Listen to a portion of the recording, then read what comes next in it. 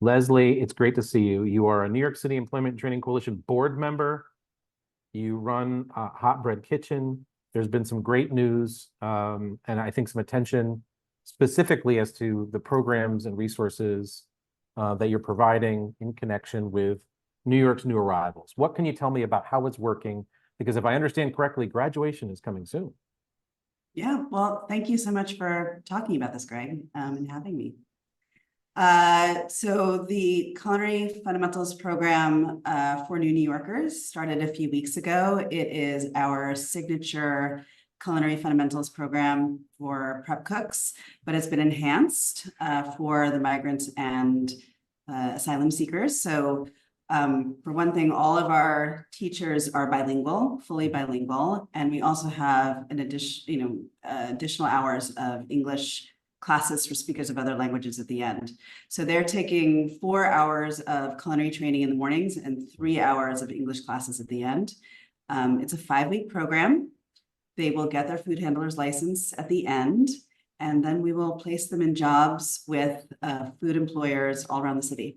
Let's break it down a little bit. How long did it take to take your existing model of programming and sort of create the program model that fits this particular cohort that you're working with now?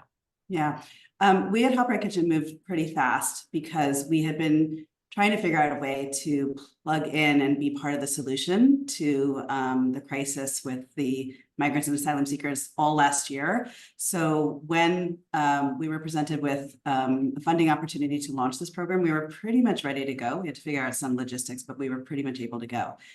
So we knew that, the basics were going to be the same. We're still doing prep cook training that includes knife skills and cooking training and baking training and simulations of, kitchen teams training.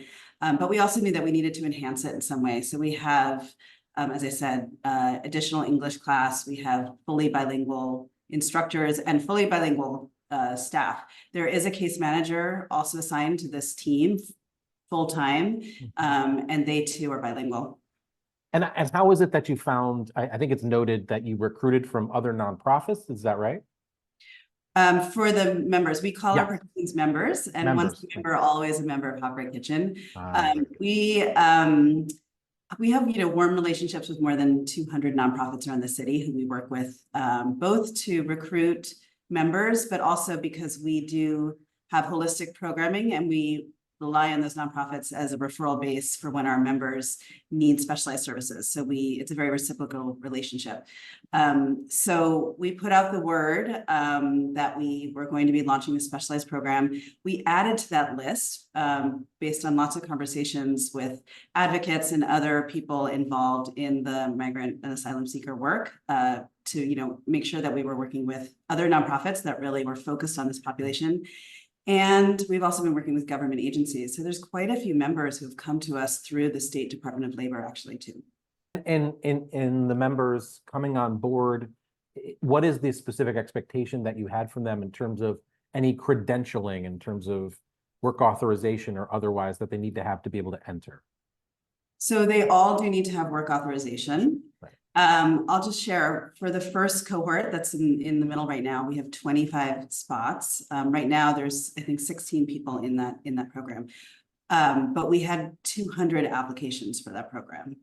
All of those got a phone call, and we did have to vet to see who had work authorization, who was in progress, and who needed help, who needed direction about where to get work authorization.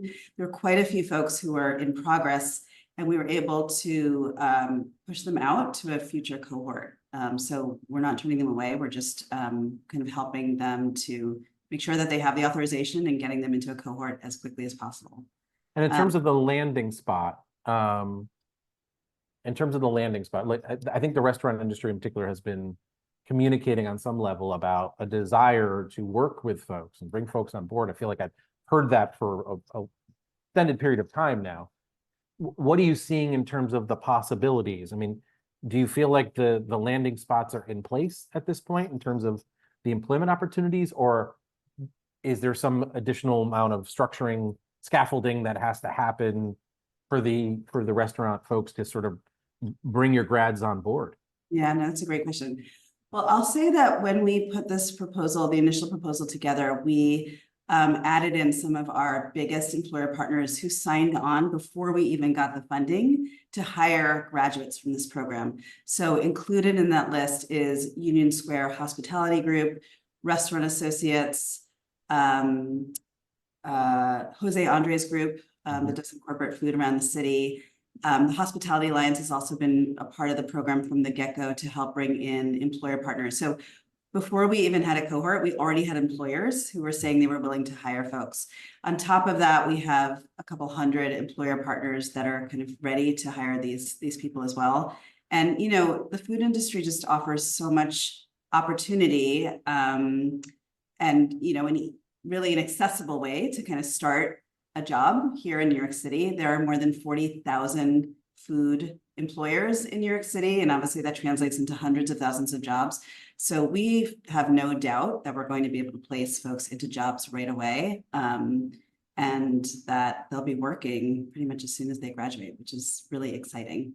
And I've got some experience, some history in the organizations I've been part of, lucky enough to have been connected to in thinking about these programs, culinary training and sort of front of the house, back of the house sort of placement opportunities. One of the things I've heard pretty consistently is that there is opportunity, and also it's not necessarily, it can be very challenging work in terms of the placements. I'm wondering how it is that Hot Bread, you think about, not for both your current members, the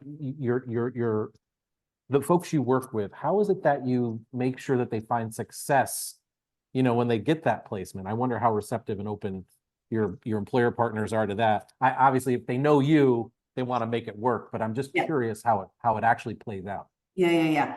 So what's amazing about the food industry is it is so accessible as a first job, but there's also a lot of opportunity to grow within it. And so we've been actually working with our employer partners on upskilling programs too. We piloted a front of house training this year through a contract with Small Business Services. We run a restaurant cook training, which is a form of upskilling from you know, the prep cook level. So once folks are in the door and, you know, we can help them with the social capital and kind of getting that first step, there's a lot of opportunity both in the back of the kitchen and the front of the house to advance. And a really good example of that actually is one of the lead instructor for this program. Her name is Chef Candy.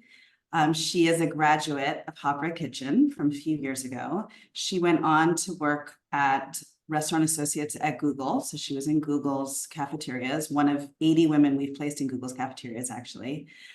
She went on to have multiple promotions within Google and was ultimately running events for them. And so you can see sort of the progression there just in her story. During the pandemic, of course, things were, you know, shut down to some degree. She went back to school and got a master's in education. And was teaching for some time. But when we posted this position specifically for this population, she applied to be the chef instructor because she really wants to pay it forward. And she herself has said, like, I was in their shoes several years ago and I can show them too what's possible personally, you know, and she really can. So she's a great example of how you can have a starting point that is a challenging starting point, but there's a lot of opportunity to grow within this industry. I appreciate you sharing that. And I think it's also true, those of us in the workforce development universe, this ecosystem, how it is true that we find folks who help get a foothold through the programs and services we provide, and then seem to want to find their way back in some way to elevate the needs and interests of others, which I think says a lot both about those individuals and also the spirit of connectivity we have as providers and supporters of first time, second time, third time folks seeking employment pathways and opportunities.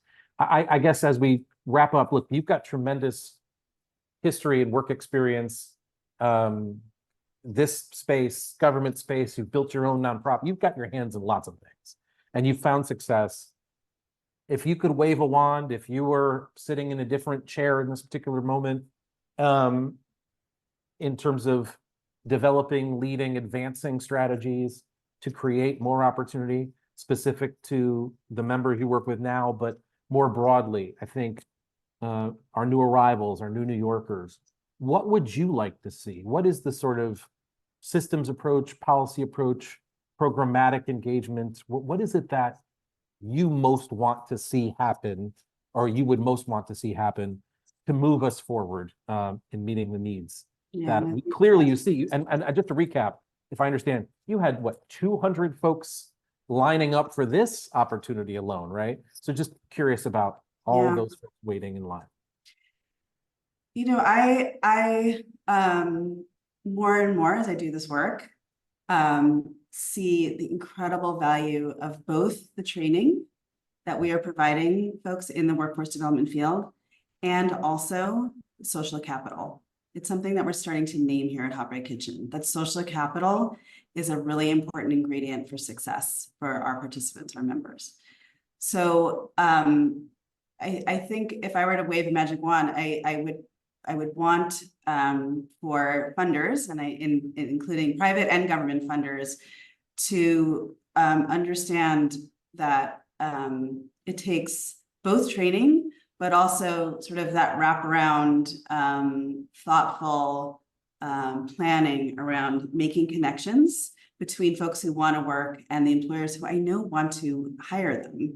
But it doesn't just sort of happen just through training alone. It has to happen through these connections that need to be made. So I'd say that's one thing. For us in the food industry, I mean, Hot Bread Kitchen, we're really bullish on upskilling. I think we love doing the prep cook training, and we will always do it because getting that first foot in the door is really important. But we do need to help develop this workforce. The employers want it and need it. There's a talent shortage, and we want to do it, and the members want to do it. And so we have, like, everyone wants to do it. We would love to be getting funding to kind of support an upward trajectory for our members. And then I'll just say lastly, one critical issue, particularly for this new New Yorkers group that we're seeing, is childcare. This group doesn't have access to, I mean, childcare is already tough anyway for folks who are not migrants and asylum seekers, and then it's really hard for this group. So I would love it if we all collectively, as New Yorkers who care about this population, kind of put our heads together to see kind of what can be done, because it's going to be hard for us to really elevate folks and allow them to do what they need to do to take care of their families if we don't solve that as well. I love that. Before we wrap up, I do want to say, hear you on all counts. I would love for you to say a word or two.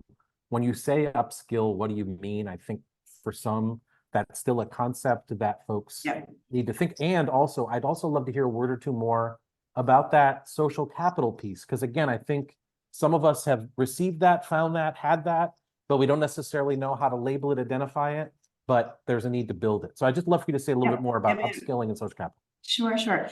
So, I mean, upskilling is really training to advance. You know, it's training and, again, connections to help folks advance in their careers. So in a kitchen, sort of, you know, the entry level is prep cook.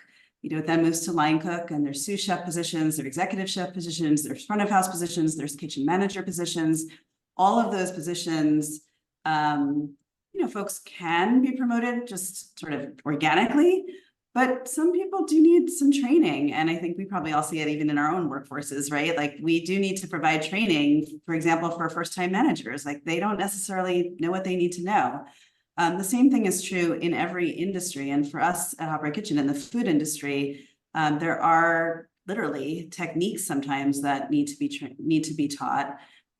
For front of house, there's a whole sort of list of, you know, hospitality sort of ideas and concepts. Again, I mean, there's conferences devoted to hospitality now, and there's books devoted to it. Like, we can't just expect people automatically know what it's like to be an amazing front of house maitre d'. We do need to provide some training. So it's really supporting financially for us. We have the know-how to do it. We have the employers who want it, again, and the members who want it, but we do need some funding to kind of support putting those classes together. So that's upskilling for us, is really not just entry level, but helping support all the way through, all the way up to executive chefs. That's great. And then social capital, you know, in some ways, I think it's for some of us at least is thinking about how we got to where we are right today, or if you have children, like how they may be getting to where they are. it's not connections so much as it is, although connections can help, even just introductions can help to people, but it is really level setting just the general knowledge that you need to kind of make your way in the working world, right? It's for us, you know, part of it is like practicing interviewing, right? And doing mock interviews and helping with resume writing. And of course, many of our members, English isn't their first language. So helping them even understand how to do an interview in English is a huge hurdle. But it's also like warm handoffs, warm connections. So we maintain, of course, very warm relationships with our hundreds of employer partners. And so we can, you know, if we know someone is maybe really particularly nervous about speaking English interview, we can call ahead and sort of just pave the way a little bit so that we can help them connect to a job more easily. Or if something goes wrong with a placement and, you know, a worker is late a few times, you know, we can kind of come in and sort of help and see what's causing you to be late. Is it train fare? Is it emergency funds you need? Is it childcare? How can we support? So it's really making those sort of softer connections. That's the scaffolding for success. And that's really what social capital is. I appreciate you sharing that. Wishing your members nothing but success now and coming to you and your team. So grateful for the partnership. It's an inspiration, and I'm excited for everything that's coming next as you continue on this journey. Good luck to Hot Bread. Thanks for taking the time out. Thank you. And we are so honored to be doing this work. So appreciate the time and thank you.